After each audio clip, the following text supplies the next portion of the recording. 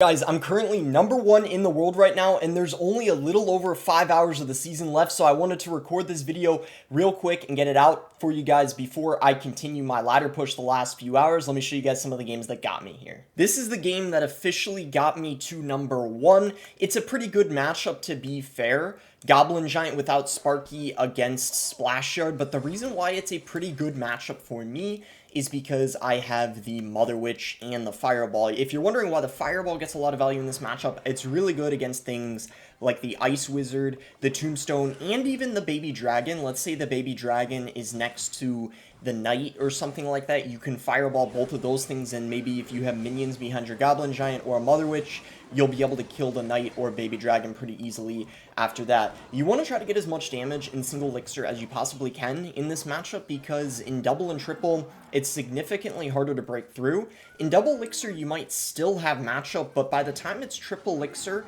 it's almost impossible to get damage, so you definitely want to make sure you're winning going into triple elixir, and you should be fine. So the way to win in single is making them overcommit on the pushes. Like you see right here, I did all of that because I knew his cycle was a little bit messed up. He didn't have his Knight in rotation, so he was forced to cycle a bunch of things, like the Bard Barrel and the Baby Dragon, forcing him to overcommit.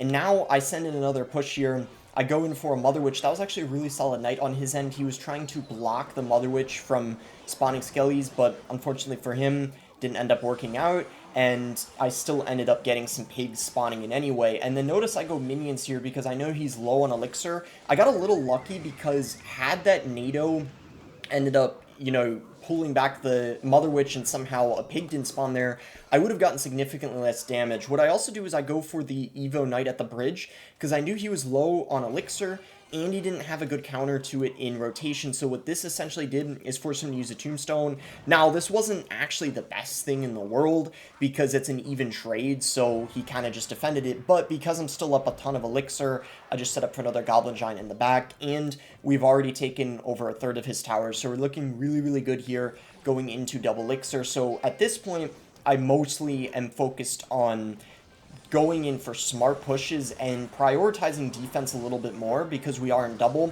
But by putting the pressure on, and because I had that elixir advantage going into double, he still hasn't even been able to go in for a single graveyard yet. Part of the reason is just because I have the Mother Witch, and you can see I go for the Mother Witch all the way back because that actually prevents him from going in for the poison. He has to wait for the Mother Witch to walk up, so as a result, as you can see, he went for the poison on top of the minions, which means the Mother Witch is still going to be alive for the counter push. So as you can see, just overall a pretty solid matchup for Goblin Giant here, and Splash Yard's one of the best decks in the meta right now. On the top of ladder, there's a few Splash Yard players, especially there's a few really good Korean Splash Yard players running it right now, so at the top of ladder, this is one of the, matchups you definitely want to get when you're running this deck. So I was very happy with the matchup, but I was happy with how I played this match. I mean, even though it's a good matchup for me, I felt like I didn't make any mistake whatsoever, and, we just kind of did what we needed to do, and this kind of shows, what you want to do against Splash Yard. The next couple games, I'll show a lava match, because I think some people, when I got to #2 in the world, some people are asking, how do you play against lava? And I'll show you guys right after this game. Lava, it of course depends on the variation, but it's not that bad of a matchup because you don't have the Sparky. And that's one of the, beauties of not having Sparky. Stuff like lava and bait are easier to beat. Bait's still a hard matchup, but you have a higher chance of winning. All right, let's get into the next one. So I actually beat lava 3 times in a row, and the 2 variants were the same when they had Snowball and Fireball, Dominic and Adriel. I'll show you guys this one with arrows because I personally think when the lava player has arrows, it's a harder matchup. So I'll show you guys kind of how you want to play it, but essentially it's similar to Splash Yard. You want to be aggressive in single because I'll tell you guys right now, if you don't have a good start in single elixir, you're definitely going to lose because lava has a very, very hard counter in double and triple elixir, but in single, it's a good matchup for Goblin Giant. So you want to really capitalize off of that. He went lava first play, so I went all out in the other lane. This is what you want to do. If I had my Goblin Giant in cycle, I would have gone for that instead, but because, I think I didn't have it in cycle, I wasn't looking, but either way, I knew there was no chance he was going to be able to save his tower. Now, this was really interesting, and I think he made a really big mistake here. He went Lava Loon, as you can see. what I do is I just cycle my knight in the back. I know that this guy's using arrows, so I don't even bother playing my minions on top of the balloon. Now, here's where he screwed up. See how he went for that miner, and at the same time I went for my Goblin Giant? So I ended up countering that miner, taking it out quicker so that balloon gets targeted faster. And now, you guys might be thinking, like, isn't this a bad thing? Well, it's actually a great thing for me. Like, I'm very happy with this situation. I pretty much knew at this point I was going to win after that miner, because I knew he overcommitted, and you guys might be thinking, like, well, he just defended this, but I knew that this was very good, because look at the elixir difference. I mean, this is kind of one of the biggest keys with this deck, like, really capitalizing off of elixir advantages. I feel like that's how I win a lot of my games. Whenever my opponent, like, overcommits or something like that, that's generally how I end up winning in single elixir when I do. And as you can see, he went for the arrows. I also think that was not the best play, but then again, his cycle was messed up, so I don't know if there was anything else he could have done. This was really clutch. I saved the Mother Witch there. That pretty much just won me the game, because now, yeah, honestly, things just went my way perfectly that match, but that kind of shows you what you want to do in single against lava. Every lava variant, for the most part, you want to be pretty aggressive, make them uncomfortable, and that's how you'll be able to win. Alright, so this last game I'll show you guys will be this game against Morton.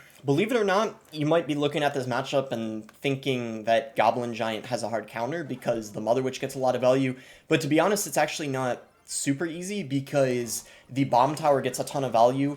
I actually went for Dark Prince here. If you're wondering why I played a Dark Prince, it was because I thought he was going for a miner on top of the Mother Witch, but he ended up playing it on the tower, so that was a little bit unfortunate, but I think it ended up being okay anyways because it forced a knight out of him, so in the end it only cost us like 1 elixir, but that definitely was unfortunate because it gave me a pretty bad start and made things difficult to come back, which you're gonna see.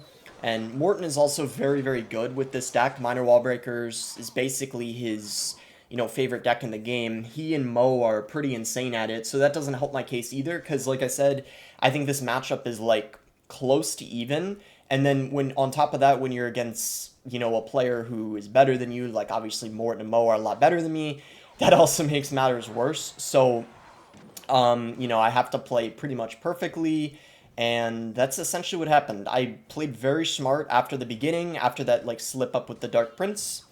I kind of, adjusted a little bit. We set up for Goblin Giant in the back here, and, okay, I go Mini P.E.K.K.A. Dual lane pressure is important in this matchup. You can't play everything in the same lane. Big reason why that is because of the Bomb Tower, so especially when you're going in for your Goblin Giant pushes, sometimes you can play everything together. It really depends on your cycle. The Mini P.E.K.K.A. made it to the tower. That was really clutch as well. In fact, that might have even won me the game. I was quick with that Rage, killed the bats, and he didn't get that miner down in time. So that was very, very good. I was a little bit scared there with those wall breakers. I kind of had to let them connect because the Evo Knight is obviously more scary than the wall breakers. I gotta prioritize defending that, so that's what I did. And going into double, it's actually not, I guess it's kind of a close game. I mean, he does have both towers damaged, so probably the advantage is still slightly for him. But the key with this deck is, see, here's the difference. In this type of matchup, triple elixir is actually not that bad. Kind of like against Lava Hound, I was saying in Splash Yard, triple elixir is pretty bad, but in this particular matchup, triple elixir is much more manageable because you can kind of overwhelm them because, they're running a cycle deck, so you can really just overwhelm if you get 2 Goblin Giants down and, a Mother Witch starts to go crazy and the Evo Knight is tanking for everything. But as you can see, I'm in a very, very bad position here, and we're not even, in triple yet, and my tower's already, almost in triple digit range. Like, it's not looking good. It's only like a few poisons away, or like 1 or 2 wall breaker connections and a poison. It's pretty much game. So I had to kind of change my strategy a little bit. I went Mini P.E.K.K.A. in the back, and I had to figure out, like, okay, how do I get through? Do I get some dual lane pressure going? I realized I have to go Goblin Giant, same lane that I have the weaker tower, because it kind of helps defend against things like the Spear Goblins and the wall breakers, so it kind of prevents him from being able to go for that. But I do go for my Dark Prince in the left because here's the thing. This is what I was talking about with the dual lane pressure. The reason why it's very important to go for stuff like Dark Prince in the opposite lane of your Goblin Giant when you're in double and triple is because in this type of situation, it's just giving him log value, right? in the bomb tower would just splash it, and the Goblin Giant and the Dark Prince on the left lane actually tanks for the left tower, so the Goblin Giant isn't getting attacked when it's in the middle, when it was pulled by the bomb tower. So just like that, the game is a lot closer now. We had a very, very solid Mother Witch, and yeah, it's just looking pretty decent now compared to how it was looking like a minute ago. But with that being said, I still wasn't comfortable because he pretty much just needed 2 more poisons to close it out, but I keep putting the pressure on here, and I go, yeah, another mini P.E.K.K.A in the back, rage that up, and yeah, this was kind of the comeback I was talking about, because the whole game we were pretty much losing, except in the end, I didn't even catch that miner there, but here's what ended up happening. That Mother Witch forced a poison out of him, and then this Evo Knight just came in clutch so much. I also think that bomb tower wasn't amazing because it got killed like instantly, but to be fair, I think he did have to cycle it if it wasn't there somewhere to try to get back to another, and that's what he did. But because we have so much DPS down, we're able to break through, we get the win, and end up making a massive comeback. So that's it. Those are some of my games to get me first. Hope you guys enjoyed the video.